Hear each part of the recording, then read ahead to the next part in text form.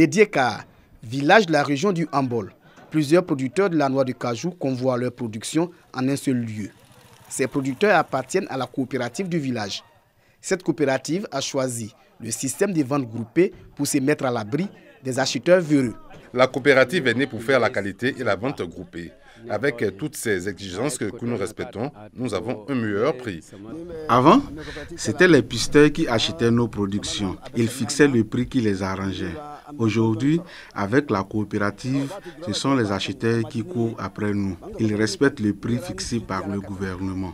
Nous sommes à 315 francs au lieu de 305 francs comme indiqué. À Katoula, toujours dans la région du Hambol, avec la sensibilisation des producteurs coopérateurs, la qualité de la noix de cajou est une réalité dans cette région. Depuis l'opération de l'année dernière, les producteurs dans le Hambol commencent à prendre conscience, commencent à respecter les bonnes pratiques agricoles. La qualité aujourd'hui est prisée en Côte d'Ivoire. C'est cette qualité qui attire les acheteurs, toute chose qui milite en faveur d'une hausse du kilogramme de l'anacade. Le kilogramme se négocie entre 305 francs et 320 francs CFA. Soit une hausse de 15 francs, un prix à l'avantage des producteurs. Le gouvernement a donné 305 francs. Je crois qu'on a plus que 305 francs. Aujourd'hui, nous sommes en train de payer le produit à 320 francs. Puisque c'est un produit regroupé, c'est pour une coopérative. Donc les coopérants ont 315 francs et maintenant les 5 francs c'est pour la coopérative. La qualité de la noix de cajou et le système de vente groupée sont deux exigences du Conseil du coton et de l'anacade pour maintenir ou augmenter le prix borchant de l'anacade à l'amorce de chaque campagne. La vente groupée, elle incite les producteurs à d'abord traiter le produit. Ils nous désignent 1 ou 2 jours dans la semaine où le produit est mis ensemble. L'acheteur vient regarder la qualité à sa convenance et il paye le produit. Nous insistons tous les autres villages à s'organiser en coopérative pour qu'ils puissent vendre leurs produits en vente groupée. Il y a un adage qui dit que plus vous êtes ensemble, plus vous êtes fort. La région du Hambol est la deuxième zone de production de l'anacade avec 99 000 tonnes. La campagne écoulée derrière la région du Béré. Pour cette campagne, 50 000 tonnes sont déjà collectées dans le Hambol.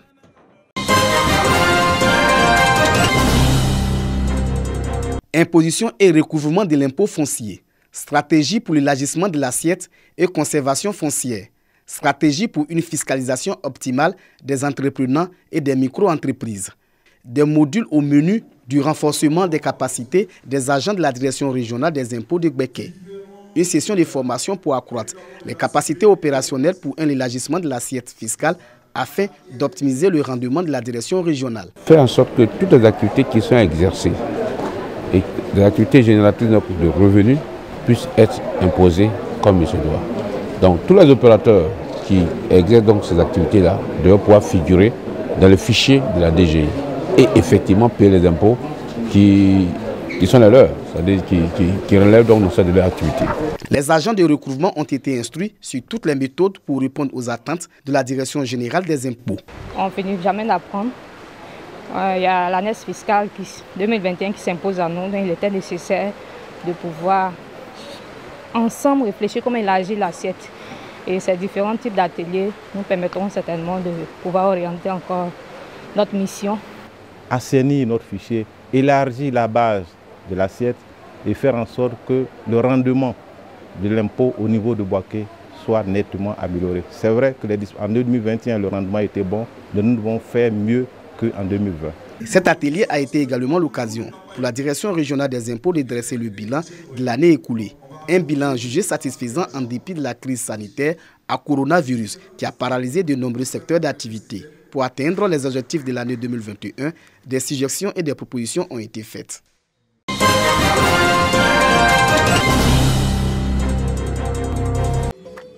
À peine élu, le nouveau député RHDP de la sous-préfecture de Korogo, Amadou Koulibaly Ams, de nouveau sur le terrain dans sa circonscription.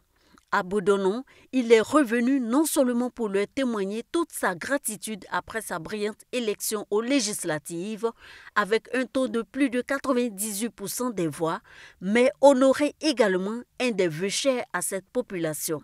L'acquisition d'une ambulance par ce village situé à environ 15 km de Korogo, un geste apprécié à sa juste valeur par les bénéficiaires. Se joignant à moi, la population de Bodonon exprime sa reconnaissance aux donateurs et lui dire merci du fond du cœur pour ce geste de haute portée sociale et d'une importance vitale. Vous venez de renforcer les capacités d'évacuation sanitaire d'une des zones les moins pourvues en ambulance de notre département. L'accès aux soins de référence sera donc plus facile et contribuera à la réduction des décès mortels. À Fonovogo, le centre de santé qui avait été décoiffé par une tornade et le logement de la sage-femme qui était entièrement réhabilité avec le concours de l'honorable Amadou Koulibaly. À ses côtés, le préfet des régions du Poron, André Ekbono, pour la remise. Toutes ces actions s'inscrivent dans la continuité du programme social à impact rapide du gouvernement. Nous sommes heureux de venir ici aujourd'hui pour pouvoir remettre ce centre de santé au nom certes du chef de l'État, mais surtout dans le respect de la mémoire d'Amadou Gon qui avait voulu sa réhabilitation. Pour que très rapidement, ce centre de santé reprenne son fonctionnement. D'autres remises d'infrastructures socio-économiques de base dans la sous-préfecture de Korogo sont prévues par le député Amsa, par ailleurs directeur des affaires extérieures de la présidence de la République. Chants et danses traditionnels ont meublé également l'événement.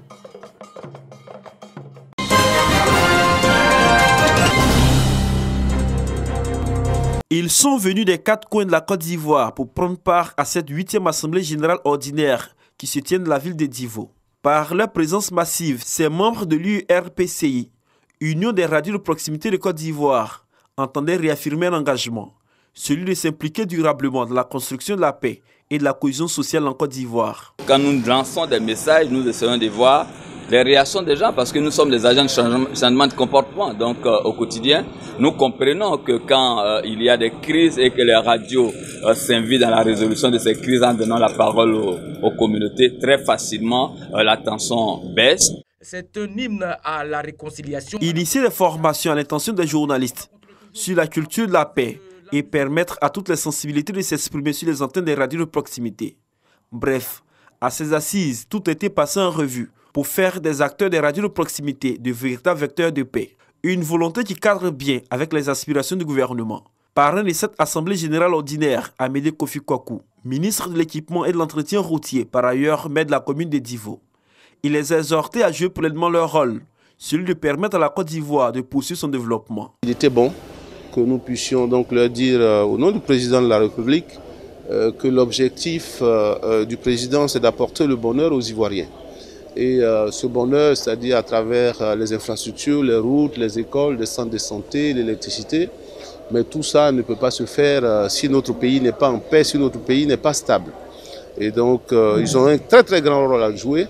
Les messages qu'ils doivent véhiculer au quotidien doivent être des messages de paix et de cohésion. Les radios de proximité face au défi du vivre ensemble en Côte d'Ivoire.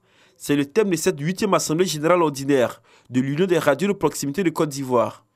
Une rencontre à l'issue de laquelle Eric Gou a été élu nouveau président de la fêtière en remplacement de Bamba Karamoko.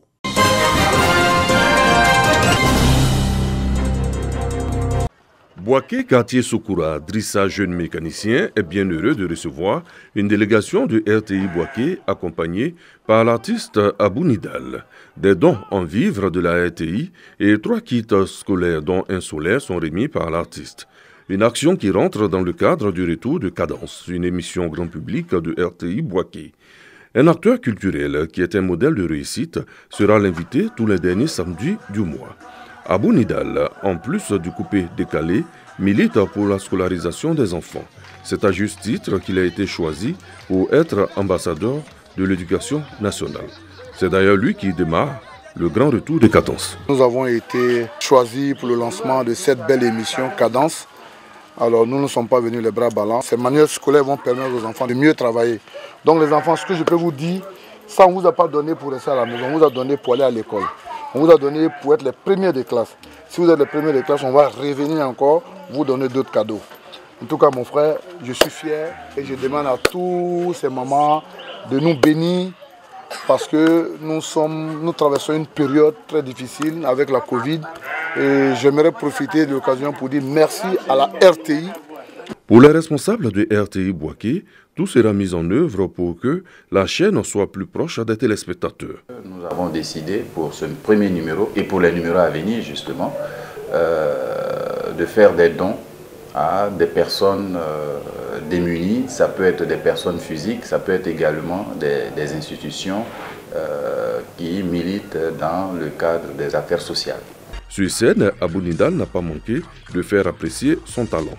À suivre également sur RTI Boaké, Agora Jeune, Femmes Actuelles, Questions d'actualité, des émissions qui enrichissent la chaîne de la Nouvelle Vision.